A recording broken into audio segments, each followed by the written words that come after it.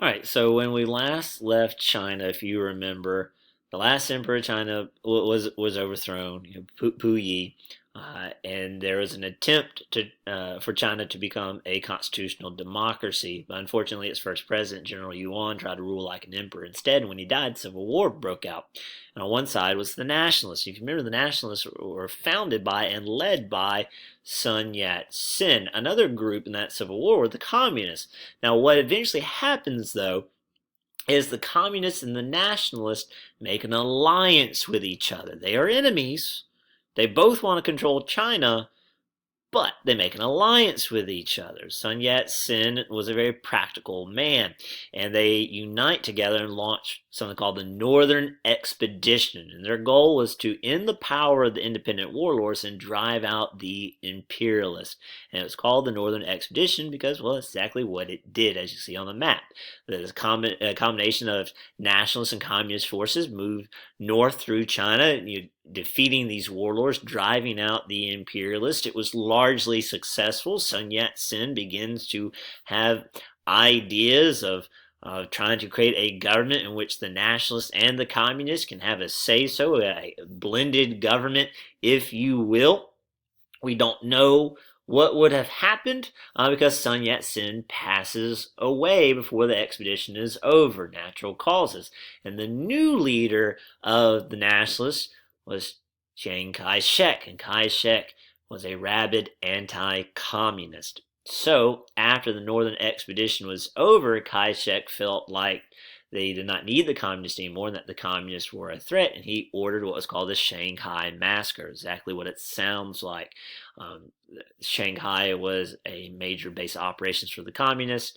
Many of the communists were rounded up, they were executed, and many of the communists and communist leaders throughout China have to flee the major urban areas and go into hiding.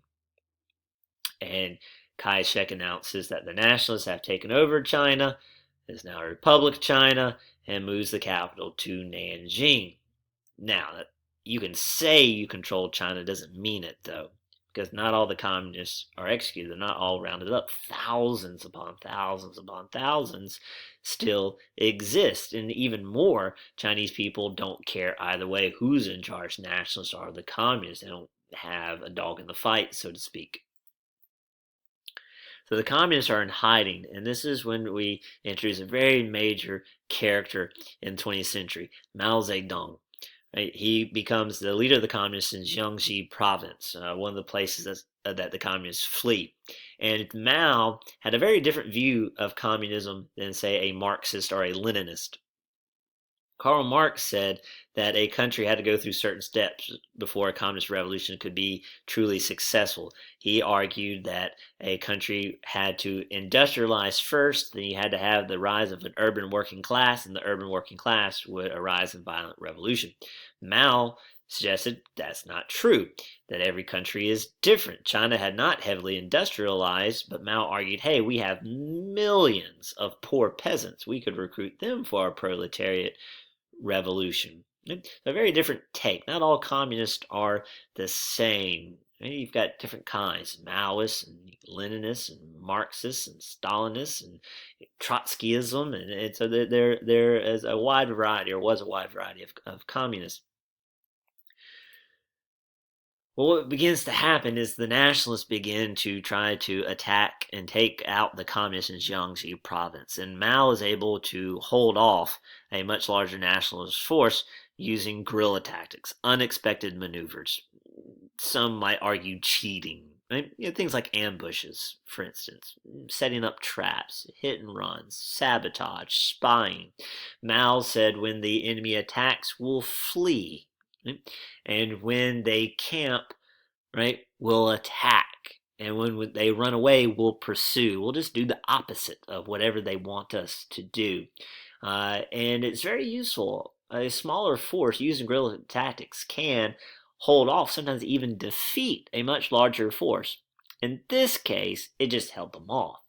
Eventually, the nationalists surround the communists in Jiangxi province, thus setting up the Long March. You can see Jiangxi province in the lower right-hand side of the screen there. What happens is in October 1934 is some of the communist forces launch this attack against the nationalist forces. The nationalists are unaware that this is just a distraction. The majority of the communist forces, numbers vary, around 84,000 or so, flees Jiangxi province. So you have part of the communist forces attacking, knowing that they're going to lose and they're probably going to die, to distract the nationalists so the other communists can escape and go to another communist base in northern China. Thus begins the Long March, a 4,000-mile march that will take about a year through rivers and marshes and swamps and deserts and mountains and snow. You name it, they went through it. They ran out of food at some points. There were reports that they would eat their leather belts. There were other times, though, that they would attack wealthy landowners and take their food and money and give it away to the surrounding peasants, which is great propaganda for the communists. Now, when the Long March is over, there's about 84,000 that began the march. Around close to 80,000 of them died. Right? You had about 84 to 86,000 that started, about 80,000 died on the Long March. Yet the Long March is considered a success because the communists survived. They lived. They made it. They defeated the nationalists and Mother Nature. And it's great propaganda. Mao comes out as the leader and dominant force in communist China. Remember, he wants to recruit the peasants, and there are millions of peasants. Mao is able to turn this into propaganda. He said the Long March, the manifestos, proclaimed to the world that the Red Army is an army of heroes, while the imperialists and their running dogs, Kai-shek and his like, are impotent. It has proclaimed their utter failure to encircle, pursue, obstruct, and intercept us. The Long March is also a propaganda force. It has announced to some 200 million people in 11 provinces that the road of the Red Army is their road to liberation.